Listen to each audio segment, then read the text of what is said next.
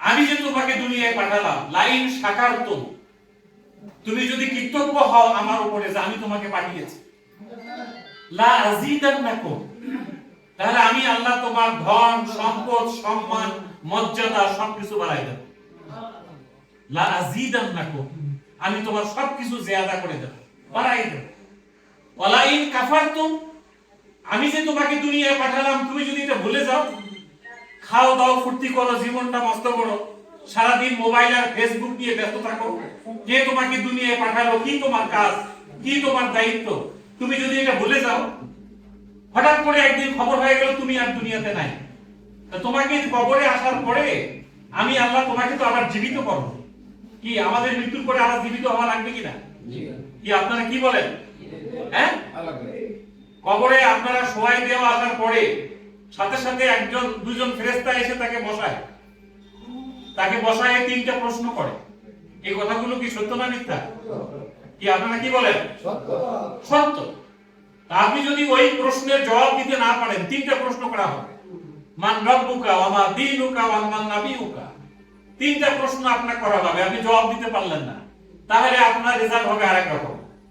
এই যে গতকালকে এসএসসি পরীক্ষার রেজাল্ট ভালো না, গত পরীক্ষাতে তো যারা জিপিএ 5 পাইছে তাদের অবস্থা ভালো না, তারা হাসি খুশি। আর আমার মিরপুরে থাকি আমি, ঢাকাতে একটা বাচ্চা বিল্ডিং এর 6 তলা থেকে লাফ দিয়ে নিচে পড়ে গেছে, জিপিএ 5 পায়নি, তার মন খুব খারাপ, আত্মহত্যা করে ফেলছে। তাহলে এই যে আপনি কবরে তিনটা প্রশ্নের উত্তর দিতে পারলেন না, আপনি যখন হা হা করবেন, হায় হায় আমি কিভাবে দুনিয়ার জীবনটা পাস করে দিলাম, আমার তিনটা প্রশ্নের উত্তর দেওয়ার জন্য আমি কোনো পড়াশোনাই তো করলাম না, আপনি হা হা করবেন, অস্থির হয়ে যাবেন, কি হলো এটা, কি ওখানে আত্মহত্যা করার সুযোগ নেই, আপনার জন্য একটা ফয়সালা হয়ে যাবে যে আপনি জাহান্নামী, আর আপনি উত্তর দিতে পারলেন আপনি জান্নাতি। এই কথাটা আল্লাহ তাআলা সূরা দাহায় বললেন, ইন্না হাদাইনাহু সাবিলা, মানুষকে দুনিয়াতে পাঠায় আমি এমনি এমনি ছেড়ে দেই না, তাদেরকে আমি রাস্তা দেখা দিয়েছি, কোন রাস্তায় হাঁটলে কোন রাস্তায় চললে তোমার কি হবে আমি আল্লাহ বলে দিয়েছি। ইম্মা শাকিরা ওয়া ইম্মা কাফুরা, তুমি কি জান্নাতের পথের পথিক হবা নাকি জাহান্নামের পথের পথিক হবা, এটা তোমার ডিসিশন, তোমাকে নিতে হবে। শুধু মানুষ ছাড়া পৃথিবীতে আর যত সৃষ্টি আছে এটা সব আল্লাহ নিজে পরিচালনা করে। যেমন সূর্যকে আল্লাহ বলছেন তুমি তাপ দিবা, সূর্য কখনো ঠান্ডা দিতে পারবে না, ও তাপে দিবে শুধু, এ বাইরে আর কোনো কাজ করতে পারবে না।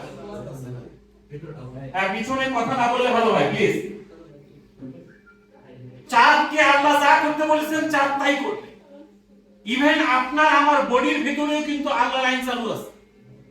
আপনার চোখকে আল্লাহ বলছেন যে তুমি দেখার কাজ করো, আপনি চোখ দিয়ে কানের কাজ করাইতে পারবেন? কেউ পারবো আমরা এটা করাইতে? না, এটা আল্লাহর আইন। চোখকে আল্লাহ বলছেন তুমি শুধু দেখবা, আর কোনো কাজ তোমার নাই। আবার নাককে আল্লাহ বলছেন তুমি শুধু স্বাদ গ্রহণ করবা, ঘ্রাণ দেখবা, এটা কি মানে কি জিনিস, এটা ঘ্রাণটা তুমি বুঝবা, এটা কি ঠিক আছে না বলতে গেছে। আপনি আমি চাইলে এই নাক দিয়ে কানের কাজ করাইতে পারবো।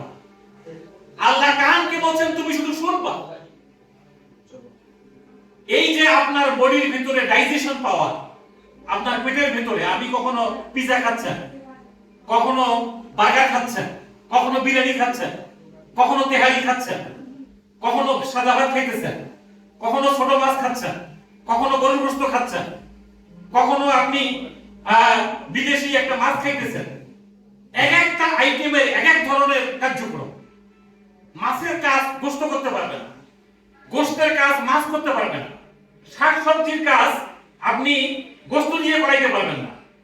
এটা আল্লাহ তাআলা একটা ফাংশন, আপনার বডির ভিতরে একটা ব্যাপক ফাংশন হচ্ছে, ভিতরে যে কত কি হচ্ছে আপনি টের পাচ্ছেন না। এটা প্রত্যেক মুহূর্তে আপনার বডিতে পাম্প হচ্ছে, একটা বডিতে রক্ত সার্কুলেট হচ্ছে।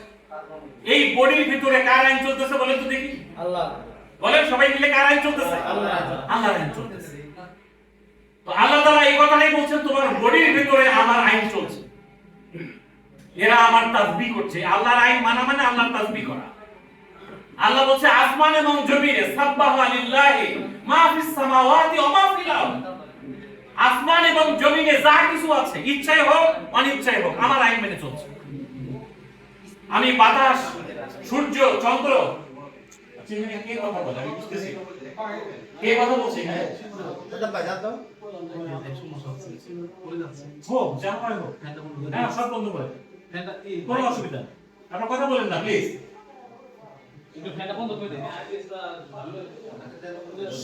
সারা পৃথিবীতে সাগর, পাহাড়, নদী সবকিছু কার আইন মেনে চলতেছে বলেন তো? আল্লাহ।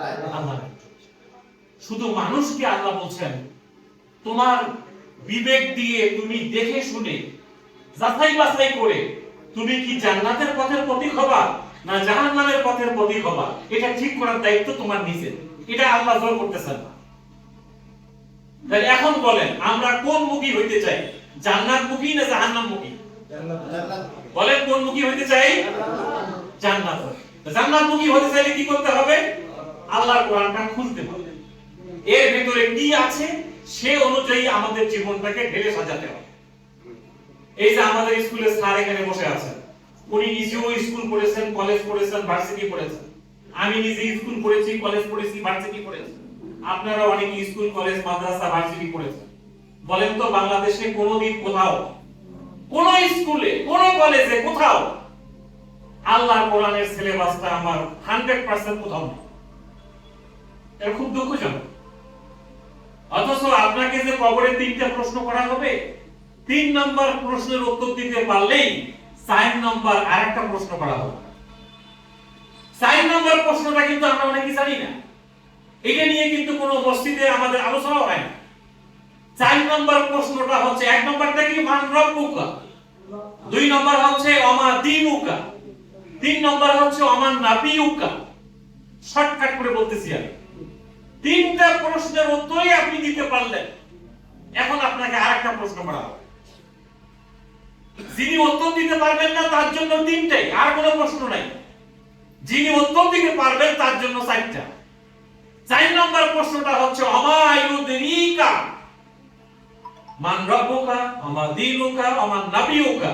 4 নম্বরটা হচ্ছে ওমা ইউদরিকা, তুমি যে 3টা প্রশ্নের উত্তর দিতে পারলা, তোমার জীবনের সিলেবাস কি ছিল, কোন সিলেবাসের উপর লেখাপড়া করে, কোন ভার্সিটি, কোন কলেজ, কোন মাদ্রাসা, কোথায় ঘুরে ঘুরে, কার অফিসে যে, কোন দলের সাথে থেকে তুমি এই 3টা প্রশ্নের উত্তর রেডি করেছো। 4 নম্বর প্রশ্ন এটা। যেহেতু সে 3টাই উত্তর দিতে পারছে, 4 নম্বরটার উত্তর সে বলবে কি, ক্বারাআতু কিতাবাল্লাহ। আমার দুনিয়ার জীবনে এই 3টা প্রশ্নের উত্তর দেওয়ার জন্য সিলেবাস ছিল আল্লাহর কোরআন। আমানতু বিহি ওয়া সাদ্দাকতু, আমি এই কোরআনের উপরে ঈমান এনেছি, এই কোরআনকে আমি পড়েছি, বুঝেছি, মেনে নিয়েছি। একটা কোরআনের সমাজ কায়েমের জন্য আমার ভূমিকা ছিল, এই কারণে আমি 3টা প্রশ্নের উত্তর দিতে পারলাম। সাথে সাথে উপর থেকে আওয়াজ আসবে যে আমার বান্দা সঠিক কথা বলেছে, সে উত্তর সঠিকভাবে দিয়েছে, সে জিপিএ গোল্ডেন 5 পেয়ে গেছে। এখন তার সাদা কাপড় পরে তাকে যে কবরে শোয়া দেওয়া হয়েছিল, আল্লাহ বলবে তার ওই কাপড় চেঞ্জ করে তাকে জান্নাতের পোশাক পরায় দাও। এই কবরের সাথে তুমি জান্নাতকে লিংক করে দাও, ফেরেশতাদেরকে বলা হবে। তাকে বলা হবে তুমি ঘুমিয়ে যাও, দুনিয়াতে অনেক কষ্ট করেছো, আর তোমাকে জাগতে হবে না। সে ঘুমিয়ে যাবে, এসির বাতাস কন্টিনিউ আসতে থাকবে। হঠাৎ একদিন ইজা জুলজিলাতিল আরদু জিলজালা, ইসরাফিলের সিংহার ফুৎকারে এই পৃথিবীতে ভূমিকম্প শুরু হবে। এমন ভূমিকম্প আপনারা কালকে দেখছেন কলম্বিয়াতে 7.4 ভূমিকম্পে পুরো কলম্বিয়া তছনছ হয়ে গেছে। বড় বড় 20 তলা 100 তলা বিল্ডিং গুলো ঠাস ঠাস করে পড়ে যাচ্ছে। আল্লাহ বলছেন ইজা জুলজিলাতিল আরদু জিলজালা, আমি যখন কিয়ামতের ভূমিকম্প শুরু হবে তখন সারা পৃথিবীর সমস্ত বিল্ডিং ভেঙে তছনছ হয়ে যাবে। ইজা সামাউন ফাতারাত, আসমান ফেটে যাবে। ওয়াইজাল কাওয়াকিবু তাসারাত, তারকাগুলো খসে খসে পড়বে। ওয়াইজাল বিহারু ফুজ্জিরাত, সমুদ্রের পানির ভিতরে আগুন জ্বলতে থাকবে। ওয়াইজাল কুবুরু বুসিরাত, কবর ফেটে যাবে, মানুষ দৌড়াতে থাকবে। ওয়াকালাল ইনসান মালা, মানুষ বলবে কি হয়ে গেল, কি হলো? আল্লাহ বলবেন কিয়ামত শুরু হয়ে গেছে। এই বড় কালিয়াকৈর বাজারে এগুলো কিচ্ছু থাকবে না, একটা খোলা মাঠ হয়ে যাবে। আমরা এই মাঠে সবাই লাইন হয়ে দাঁড়াই, এই কিয়ামতের মাঠ শুরু হয়ে গেল। হাসরের মাঠ বলে এটা, কিয়ামতের মাঠ। এই মাঠে প্রশ্ন হবে কয়টা বলেন তো? আমরা অনেকেই জানি না। এগুলো আলোচনা হয় না, আমাদের ওয়াজ মাহফিলও হয় না, স্কুল কলেজেও হয় না। অথচ এটা আপনার আমার সবার জানা জরুরি না? জরুরি না? কি বলেন? আপনি বলেন এই যে ওয়ার্ল্ড কাপ হয়ে গেল, বিশ্বকাপ ফুটবল, কে আর্জেন্টিনা জিতছে না স্পেন জিতছে? কে বিশ্ব চ্যাম্পিয়ন কি হলো? স্পেন। কিন্তু আমরা তো হয় আর্জেন্টিনার পক্ষে ছিলাম, না হলে ব্রাজিলের পক্ষে ছিলাম। তাহলে ব্রাজিলের নেইমার যদি মারা যায়, তার কবরে প্রশ্ন হবে কয়টা? কি জানেন না এটা? নেইমার মরে গেলেও তার কবরে প্রশ্ন হবে 3টা। আর্জেন্টিনার মেসি মরে গেলেও তার কবরে প্রশ্ন হবে 3টা। আমেরিকার প্রেসিডেন্ট ডোনাল্ড ট্রাম্প মারা গেলেও তার কবরে প্রশ্ন হবে এই 3টা। আপনাদের মসজিদের ইমাম সাহেব মারা গেলেও তার কবরে প্রশ্ন হবে এই 3টা। আমি ব্যাংকের ম্যানেজার, আমি মরে গেলেও আমার কবরে এই 3টা প্রশ্ন হবে। আমাদের যিনি স্যার এতক্ষণ কথা বললেন, উনি মারা গেলেও ওনার কবরে এই 3টা প্রশ্ন হবে। আমাদের শেখ হাসিনা মারা গেলেও এই 3টা প্রশ্নই হবে। আমাদের তার খালেদা জিয়া মারা গেছেন, তার কবরেও এই 3টা প্রশ্নই হয়েছে। আগামীতে আমরা যারা বেঁচে আছি, আমরা মরে গেলেও আমাদের কবরে কি অন্য কোনো প্রশ্ন হবে? কি কথা বলতেছেন না আপনারা? এক প্রশ্ন, এক সিলেবাস। এটা আপনার আমার সবার জানা জরুরি, সবার জানা জরুরি। হাসরের মাঠে প্রশ্ন হবে 5টা। হাসরের মাঠে প্রশ্ন হবে কয়টা? 5টা। এই 2টা প্রশ্ন হবে জীবন কেন্দ্রিক, হায়াত কেন্দ্রিক। তোমাকে যে 80-90 বছর, 60-70 বছরের জীবনটা দিছিলাম, এই জীবনটা কোন খাতে ব্যয় করেছো বলো? আপনারা অনেকেই যমুনা ব্রিজে কেউ গেছেন কখনো? অথবা গুলিস্তান ফ্লাইওভারের উপর দিয়ে কেউ কখনো গেছেন চট্টগ্রামের দিকে? ব্রিজের উপরে গেলে একটা টোল দেওয়ার জন্য সামনে একটা ব্যারিকেড দেওয়া হয় না? একটা লাঠির মতো ব্যারিকেড দেওয়া হয় না? দিয়ে বলে যে আগে টোল দাও, তারপরে পাস করো।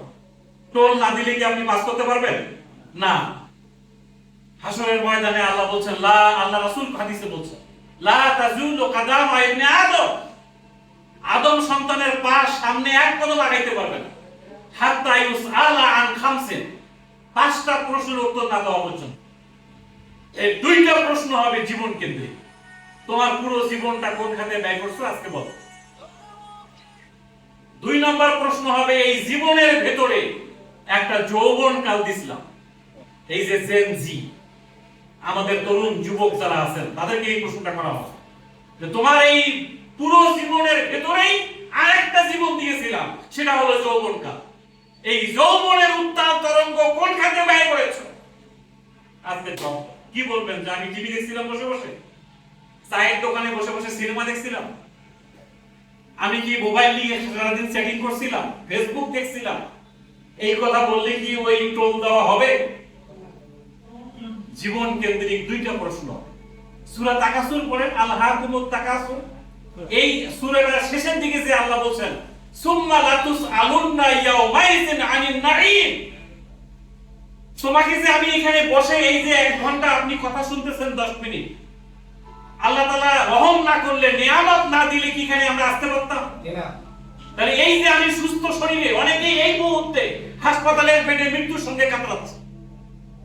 আপনি যখন এখানে বসে আরামে আছেন, আপনারই অনেক আত্মীয় স্বজন, আমার অনেক আত্মীয় স্বজন এই মুহূর্তে ঢাকা মেডিকেলে, বিভিন্ন ব্যাংক হাসপাতালে, বিভিন্ন জায়গায়, এমডিসি না, এই যে মানিকগঞ্জের অনেক হাসপাতালে আপনি যান, সিরিয়াল দেওয়া যাচ্ছে না। কত মানুষ মৃত্যুর সঙ্গে পাঞ্জা লড়তেছে, অনেকের হাত পা রডের সাথে বেঁধে রাখছে। পঙ্গু হাসপাতালে যান, কি অবস্থা দেখবেন। আল্লাহ বলছেন তুমি সুস্থ ছিলা, ভালো ছিলা, তোমার এই জীবনের পুরো সময়টা কোন খাতে ব্যয় করেছো আজকে বল। আমরা কোরআন শরীফ পড়ার সময় পাই না, সারাদিন কার্ড খেলা, লুডু খেলা, তাস খেলা, চায়ের দোকানে বসে আড্ডা মারা, টিভি দেখা, সিনেমা দেখা, মোবাইল দেখা, ফেসবুক ছাড়া আমাদের আর কোনো কাম নাই। টিকটক, আমি কি ঠিক বলতেছি নাকি ঠিক বলতেছি? আল্লাহ বলবেন জীবন সম্পর্কে তোমার দুইটা প্রশ্ন, কোন কাজে জীবন ব্যয় করেছো আজকে জবাব দাও। আর দুইটা প্রশ্ন হবে অর্থনীতি কেন্দ্রিক। এই যে দেখেন, এই কেন অর্থনীতি, এই যে ব্যাংকে আপনাকে ডাকছি কেন, এই কথাগুলো বলার জন্য এতক্ষণ ধরে আমি এই কথাগুলো বললাম। দুইটা প্রশ্ন হবে অর্থনীতি কেন্দ্রিক, টাকা পয়সা কেন্দ্রিক। টাকা পয়সার প্রশ্ন কি আমাদের মাঠে না হলে আজকে এখানে আপনাদেরকে আমরা ডাকতাম না। এই ইসলামী ব্যাংকের দরকার ছিল না। যে আমাদের মাঠে টাকা পয়সা নিয়ে দুইটা প্রশ্ন হবে। এই দুইটা প্রশ্ন হচ্ছে কিভাবে আয় করেছো, কিভাবে ব্যয় করেছো, জবাব দাও। আমার কথা কি বুঝতে পারতেছেন আপনারা? বেশি কষ্ট হচ্ছে? দুইটা প্রশ্ন হবে, কিভাবে আয় করেছো, কিভাবে ব্যয় করেছো। এখন বলেন, আপনার আয় এবং ব্যয়ের সাথে যদি সুদ থাকে, সেই আয় ব্যয়টা কি হালাল হবে? আমার কথাটা ভালো করে শুনে বলেন। সুদ খাওয়াটা কি হালাল না হারাম? কেমন হারাম এটা বলতে পারবেন? আল্লাহর নবী, আমাদের নবী হাদিসে বলেছেন, সুদের হলো 70 প্রকারের গুনাহ। এর ছোট গুনাহটা হচ্ছে নিজের মায়ের সাথে ব্যভিচার করা। কি নাউজুবিল্লাহ বলবেন? নিজের মাকে বিয়ে করলে যে গুনাহ হয়, এটা হলো সুদের সবচেয়ে ছোট গুনাহ। আপনি কিয়ামতের মাঠে, হাসরের মাঠে সুদ ভিত্তিক লেনদেন যা থাকবে, সেটি ওই দিন পার পাইতে পারবে?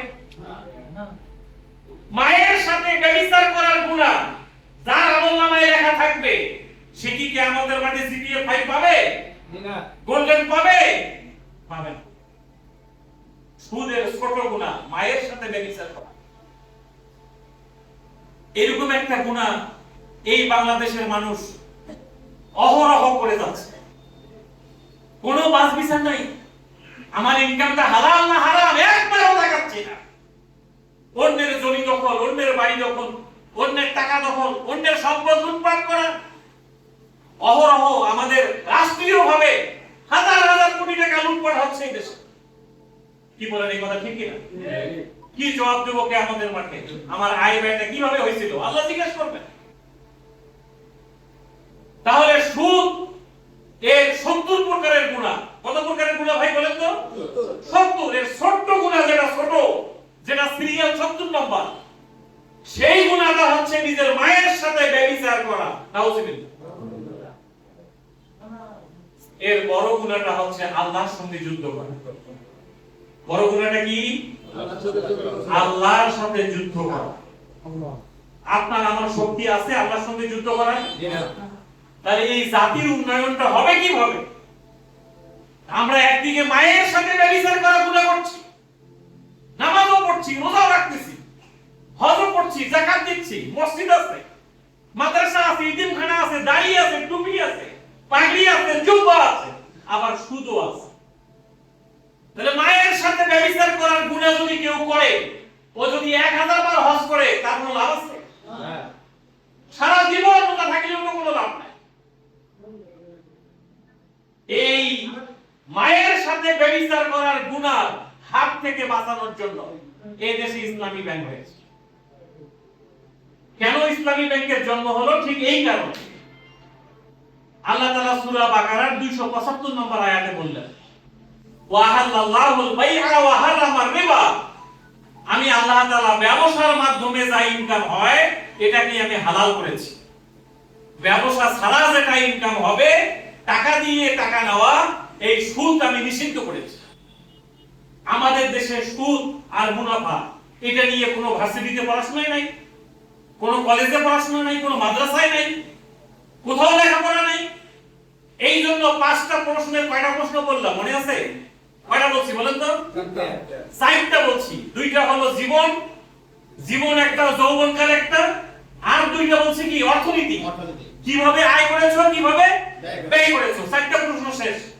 5 নম্বর প্রশ্নটা হচ্ছে তোমার জ্ঞান অর্জন করছিলে কিনা, লেখাপড়া করছো কিনা, আর জ্ঞান অনুযায়ী আমল করছো কিনা। এটাই 5 নম্বর প্রশ্ন। এই 5 নম্বর প্রশ্নে আমরা সবাই ফেল করব। আমাদের জ্ঞান নাই, আমাদের লেখাপড়া নাই। আপনারা জানেন কিনা আমাদের স্কুল কলেজ মাদ্রাসা বাংলাদেশে যে লেখাপড়া হইতেছে, এই লেখাপড়ার সিলেবাসটা এটা আমাদের বানানো না, এটা ইংরেজদের বানানো। ব্রিটিশ পার্লামেন্টে গ্ল্যাডস্টোন নামে একজন পার্লামেন্ট মেম্বার, সংসদ সদস্য বক্তব্য দিয়েছিলেন 3 মাস গবেষণা করে। তিনি বলেছিলেন, so long as the Muslim have the Quran we shall unable to dominate them। আমি মুসলমানদের গতিবিধি 3 মাস ধরে দেখলাম, এরা কোরআন পড়ে, কোরআনকে ধারণ করে, এরা কোরআন অনুযায়ী জীবনকে ঢেলে সাজায়। যতদিন এদের হাতে কোরআন শরীফ থাকবে ততদিন আমরা এদেরকে ডমিনেট করতে পারব। we shall unable to dominate them। তখন তারা পার্লামেন্টে সিদ্ধান্ত নিল কি করতে হবে, কয় 2 ধরনের প্রতিষ্ঠান বানাও, একটা বানাও মাদ্রাসা আর একটা বানাও স্কুল। মাদ্রাসা থেকে পাশ করে ওরা মসজিদের ইমামতি করবে আর মিলাদ পড়াবে, আর স্কুল থেকে পাশ করে এসে ওরা থানার ওসি হবে, ডিসি হবে, এসপি হবে, রডের বদলে বাস বসাই দিবে। আর এরা হুজুরদেরকে আপনি থানায় বসাই দিবেন, থানা চালাইতে পারবে না, ডিসি অফিস চালাইতে পারবে না, ব্যাংকের ম্যানেজারই করতে পারবে না।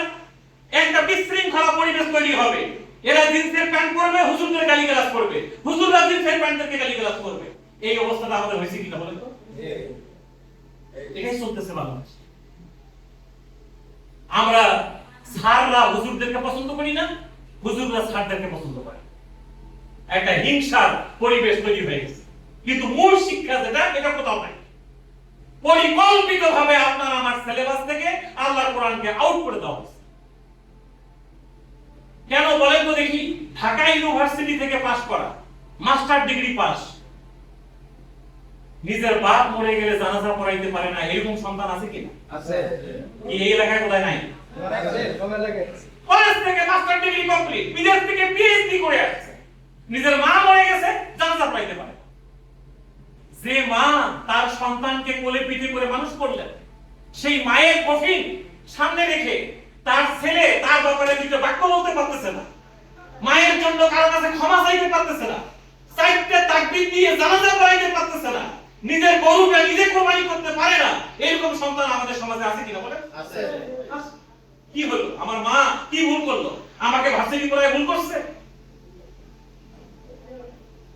এটাই হলো আমাদের সবচেয়ে বড় দুর্বলতা এবং বড় চ্যালেঞ্জ, যেটা বড় হুমকি, বড় থ্রেট, যে আমরা একটা মূর্খ জাতি হয়ে যাচ্ছি। আপনি এখানে এমপি সাহেবকে ডাক দেন, এলাকার এমপি মন্ত্রী ডাক দিবেন, বলেন যে আপনি একটু দাঁড়ায় 2-4-5টা কোরআনের আয়াত দিয়ে একটু কথা বলেন, পারবেন? কি কথা ঠিক না ঠিক?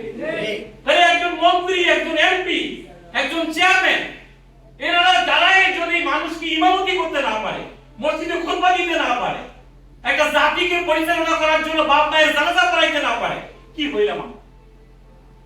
কিয়ামতের মাঠে 5 নম্বর প্রশ্নটার উত্তর আমরা এখানেই ফেল করব। আর 3 নম্বর এবং 4 নম্বর প্রশ্নটাই যেহেতু অর্থনীতি কেন্দ্রিক, আমি এই জায়গায় দাঁড়িয়ে আপনাদেরকে বলবো, অর্থনীতিতে যদি সুদ থাকে, টাকা পয়সায় যদি সুদ থাকে, তাহলে মায়ের সাথে ব্যভিচার করার গুনাহ আপনি আমি করতেছি। তাহলে আজকের এই দিন থেকে আপনারা কি এই গুনাহ করবেন নাকি ইসলামী ব্যাংকে আসবেন? কি বলেন? এই গুনাহ করা যাবে? বাংলাদেশে এনজিও বলেন, ব্যাংক বলেন, বিভিন্ন সমিতি বলেন, সব জায়গায় সুদের লেনদেন আছে। সুদের লেনদেন থেকে আমাদেরকে মুক্ত থাকতে হবে। তাহলে ইসলামী ব্যাংকে কেন সুদ হয় না, এই ব্যাপারে আমি একটু 2 মিনিট সময় নষ্ট করি আপনাদের। আমাদের নবীর নাম কি? মুহাম্মদুর রাসূলুল্লাহ সাল্লাল্লাহু আলাইহি সাল্লাম। তার স্ত্রীর নাম কি? প্রথম স্ত্রী খাদিজা, মনে আছে আপনাদের? খাদিজাতুল কুবরা, আল্লাহর নবীর প্রথম স্ত্রী, আমাদের মা, উম্মাহাতুল মুমিনিন। খাদিজা একজন ধনী পরিবারের মেয়ে ছিলেন, তার হাতে অনেক টাকা পয়সা ছিল, ফান্ড ছিল। এই টাকাটা তিনি কার কাছে দিবেন? কোন ব্যাংকে রাখবেন? কার কাছে দিলে টাকাটা নিরাপদে থাকবে?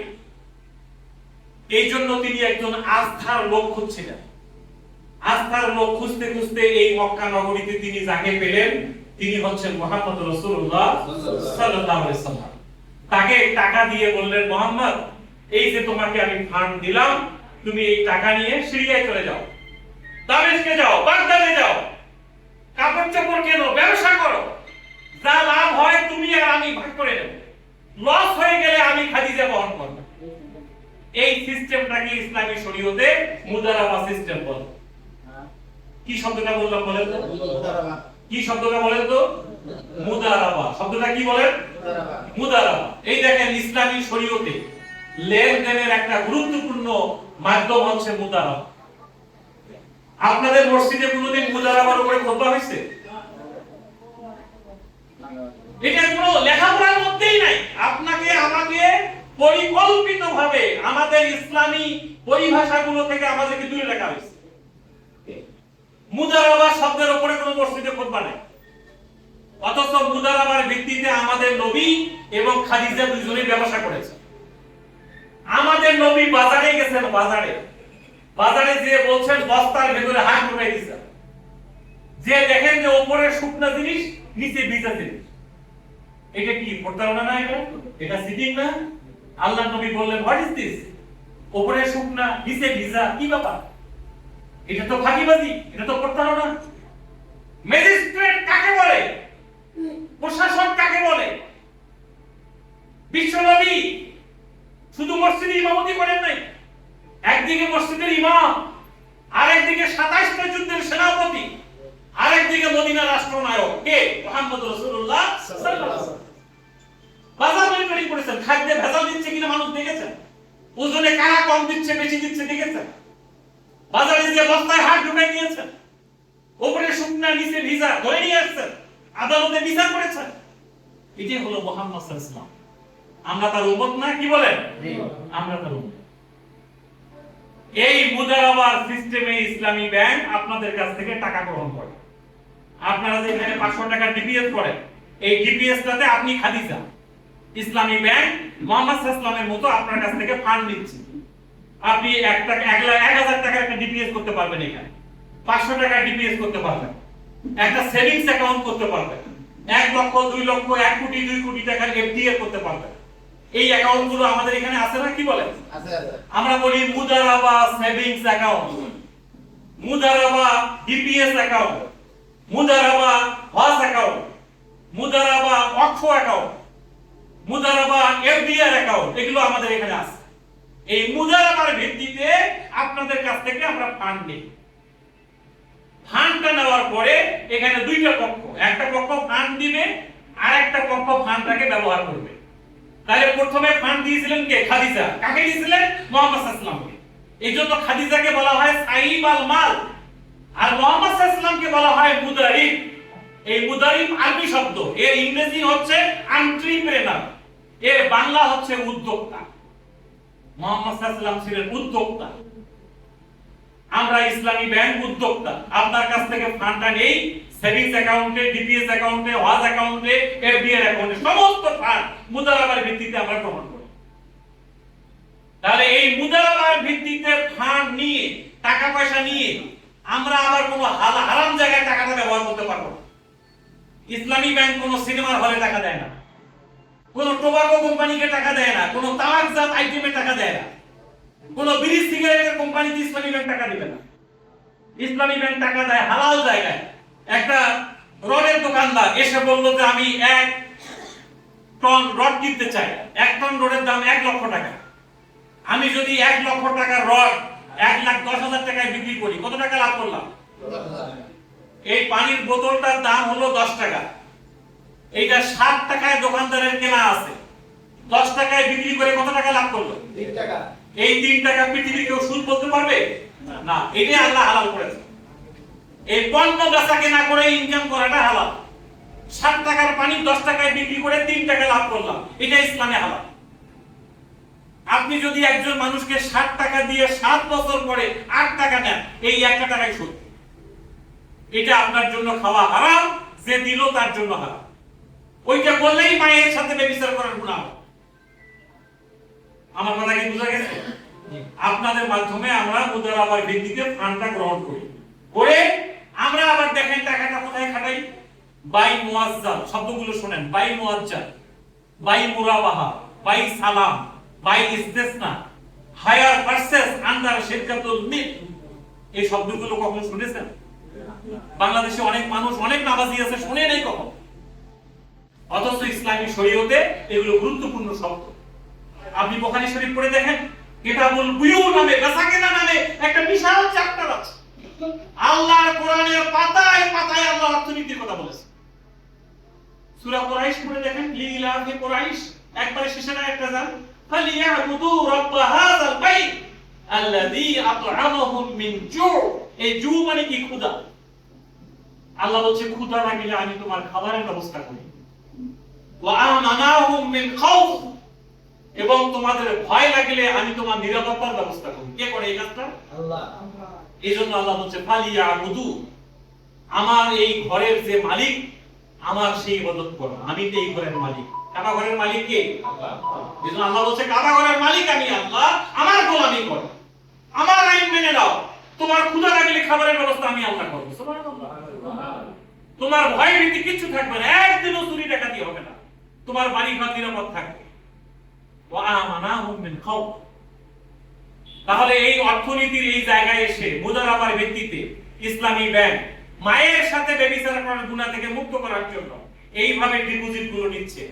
আপনারা আমরা সবাই কি এই ব্যাংকের সঙ্গে থাকতে রাজি আছি? ইনশাআল্লাহ। কি রাজি আছেন তো সবাই? ইনশাআল্লাহ। আপনাদেরকে আমাদের এই আজকের এই দিনে এসে আমি মানিকগঞ্জ শাখার ম্যানেজার আপনাদের উদাত্ত আহ্বান জানাচ্ছি যে এই বাজারে যত দোকান আছে, আপনারা এখানে যারা উপস্থিত আছেন, একটা কথা মনে রাখবেন, শুধু মুসলমানদের জন্যই সুদ হারাম না, হিন্দু ধর্মেও সুদ হারাম, বৌদ্ধ ধর্মেও সুদ হারাম, পৃথিবীর কোন ধর্মে সুদ এলাও করে না, কোন ধর্মে না। এটা যেহেতু অন্যায়, সুদের মতো মারাত্মক গুনাহ আর কোনো অপরাধে নাই।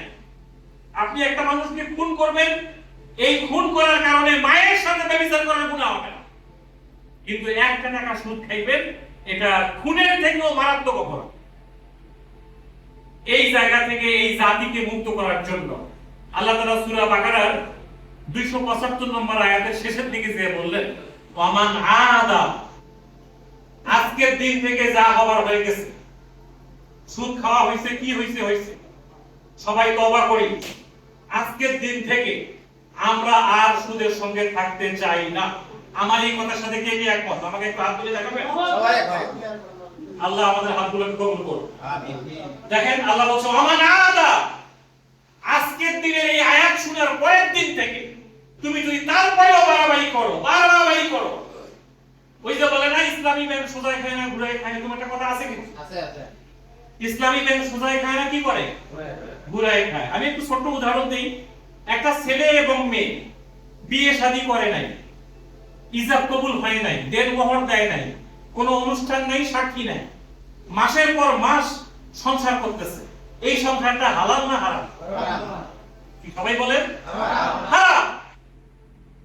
আর একটা ছেলে মেয়ে দেনমোহর দিয়েছে, ইজাব হইছে, কবুল হইছে। বুঝি তো ইজাব কবুল আমরা, এটা প্রস্তাব হইছে, অ্যাকসেপ্ট হইছে। আপনাকে উমুকের মেয়ে, উমুকের ছেলে এখানে আসছে, এত টাকা দেনমোহর ধার্য করে আপনার কাছে বিয়ের প্রস্তাব দিচ্ছে, আপনি কি রাজি? সে বলল কবুল, আলহামদুলিল্লাহ। এই যে ইজাব আর কবুল হয়ে গেল, দেনমোহর পরিশোধ হয়ে গেল, 1-150 লোক এখানে এসে অনুষ্ঠান হলো, অনেক লোক সাক্ষী থাকলো। এরপরে যে সংসারটা, এটা হালাল না হারাম? হালাল। এটা হালাল। এটা ঘুরে খাওয়া, এতগুলো আয়োজন, ইজাব কবুল, দেনমোহর, 2-4-500 লোককে খাওয়ানো, বিশাল কষ্টের কাজ। এই সব ঘুরে খাওয়াটাই হালাল, সোজাসুজি খাওয়াটা হারাম। আমি কি কথাটা ঠিক বললাম? আল্লাহ বলছে ওয়ামান আদা, ইসলামী ব্যাংক সোজাই খায় না ঘুরাই খায়, এইরকম কথা বলে তুমি যদি সান্ত্বনা খোঁজো, বাড়াবাড়ি করো, ফাউলাইকা আসহাবুন নার, আমি আল্লাহ তোমাকে জাহান্নামের অধিবাসী বানাবো। নাউযুবিল্লাহ। হুম ফিহা খালিদুন। একটা কথা মনে রাখবেন, জাহান্নামে কেউ একদিন 2 দিনের জন্য যাবে না, জাহান্নামে যাবে চিরদিনের জন্য। কোনদিন এই জাহান্নামের আগুন সহ্য করার মতো শক্তি আমাদের কারো নাই। 1 সেকেন্ড জাহান্নামে থাকার অবস্থা আমাদের কারো নাই। আল্লাহ আমাদের সবাইকে জাহান্নামের আগুন থেকে বাঁচিয়ে জান্নাতমুখী আল্লাহর বান্দা হওয়ার তৌফিক দান করুন। আমিন। 276 নম্বর আয়াতে আল্লাহ বলছেন, সুদ ভিত্তিক অবৈধ যত সম্পদ তোমার হবে আমি আল্লাহ সব ধ্বংস করে দেব।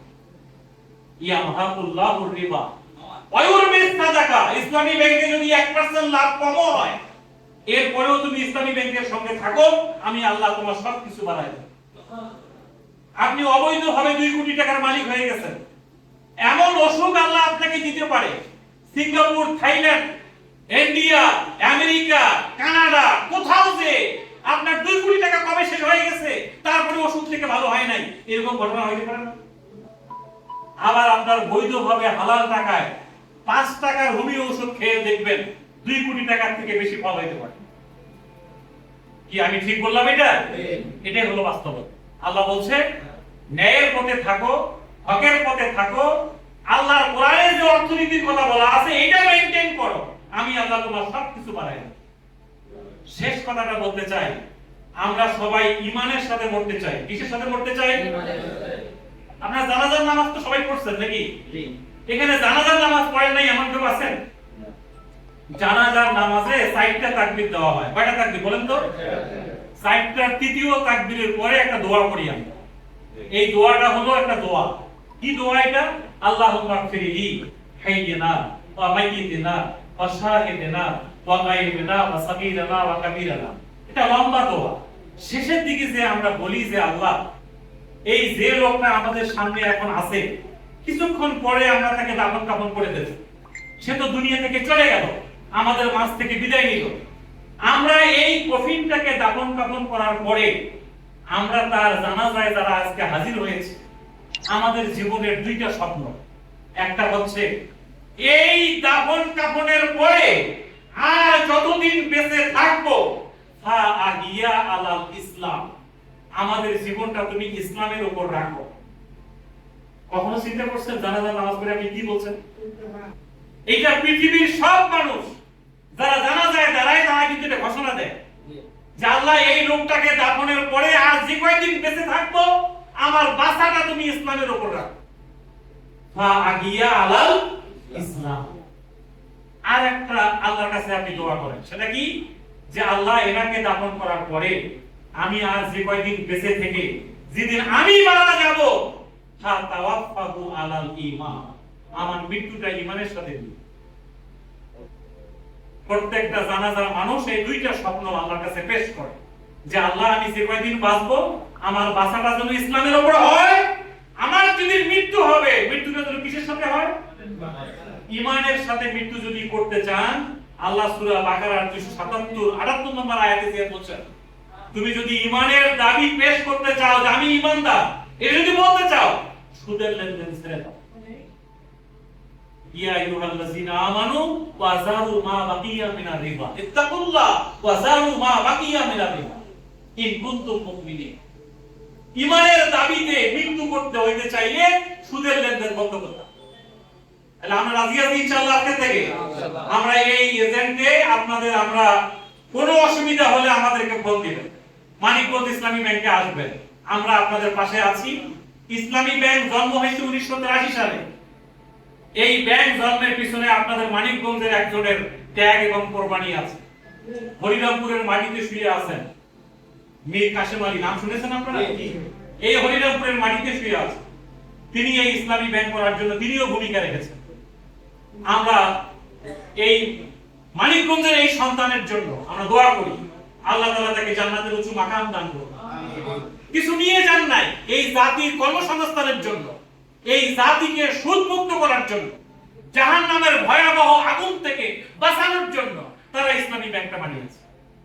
ইসলামী ব্যাংকের জন্মের পর থেকে আজ পর্যন্ত নানান ধরনের চ্যালেঞ্জ আমরা দেখি, অনেক গুজব উঠে, এই বুঝি ব্যাংকটা শেষ হয়ে গেল, তাড়াতাড়ি দৌড়ে যান, টাকা পয়সা উঠাই নিয়ে আসেন। এই গত 83 সাল থেকে আজ পর্যন্ত এই গত 45 বছরে আমরা 45 বার এরকম শট দেখছি। আল্লাহ তাআলা ইসলামী ব্যাংকে রাখছেন না ধ্বংস করে দিয়েছেন? কি বলেন আপনারা? সারা পৃথিবীর 1000 ব্যাংকের তালিকা করা হয়েছে, এর মধ্যে বাংলাদেশ থেকে একটাই ব্যাংক জায়গা পেয়েছে, সেটা হলো ইসলামী ব্যাংক। আলহামদুলিল্লাহ পড়ে। গত 10-15 বছর ধরে বাংলাদেশে 1 নম্বর ব্যাংক ইসলামী ব্যাংক। কেন? এটা আল্লাহর কোরআনের আয়াতের উপর দাঁড়ায় আছে। আল্লাহর কোরআনের আয়াতের উপর যদি আপনিও দাঁড়ায় থাকতে পারেন, আপনি পৃথিবীতে সবচেয়ে সম্মানিত হবেন। আল্লাহ তাআলা আমাদের সবাইকে ইসলামী ব্যাংকের জন্য, ইসলামী ব্যাংকের জন্য, আমার ঈমানের জন্য, আখিরাতের 5টা প্রশ্নের জবাবের জন্য, আমার মুসলমান হয়ে টিকে থাকার জন্য এই ব্যাংকের পাশে দাঁড়াবার তৌফিক দান করুন। আমিন। আপনাদের আত্মীয়-স্বজন, পাড়া প্রতিবেশী, বন্ধু-বান্ধব, দেশে বিদেশে, দল মত, ধর্ম বর্ণ নির্বিশেষে সবার কাছে আমরা ইসলামী ব্যাংকের দাওয়াত দিতে চাই। আমি ম্যানেজার, সবার কাছে যাওয়া সম্ভব না। আপনারা পারবেন সবার কাছে যেতে। আপনাদের মাধ্যমে আমরা প্রত্যেকটা মানুষের কর্ণকুহরে ইসলামী ব্যাংকের দাওয়াত দিতে চাই। পারবো তো ইনশাআল্লাহ সবাই? সর্বশেষ একটা কথা বলি, আপনারা কিছুক্ষণ পরে জোহরের নামাজ পড়তে যাবেন। যখন জোহরের 4 রাকাত ফরজ নামাজ শুরু হবে, ইকামত শুরু হইলে কোন মুসল্লি কি বলে, হুজুর ইকামত বন্ধ করেন? কেন? আগে বলেন ইমাম সাহেবের ওযু আছে কিনা। এরকম প্রশ্ন আমরা কেউ করছি কোনোদিন? কেন করি নাই? যে ইমাম সাহেবের ওযু থাক বা না থাক এটা আমার দেখার বিষয় না। একটা দায়িত্ব বেহাজাল ইমাম বলে আমি দাঁড়াই যাব, ইমামের ওযু না থাকলে কে ধরবে তাকে? কে ধরবে? আল্লাহ ধরবে। এটা তার ব্যাপার, এটা আমার দায়িত্ব না। ইসলামী ব্যাংকের চেয়ারম্যান বলছে এখানে সুদ নাই, আপনি একটা দায়িত্ব বেহাজাল ইমাম বলে দাঁড়ায় যান। এখানে যদি সুদ থেকেও থাকে, আল্লাহ না করুক, আল্লাহ চেয়ারম্যানকে ধরবে, আপনাকে ধরবে। আমার কথা কি বোঝা গেছে? আল্লাহ আমাদের সবাইকে এই ব্যাংকের সঙ্গে আজীবন শেষ নিঃশ্বাস পর্যন্ত থাকার তৌফিক দান করুন। আমিন। ওয়া মা তৌফিক ইল্লা বিল্লাহ। আসসালামু আলাইকুম ওয়া রাহমাতুল্লাহ।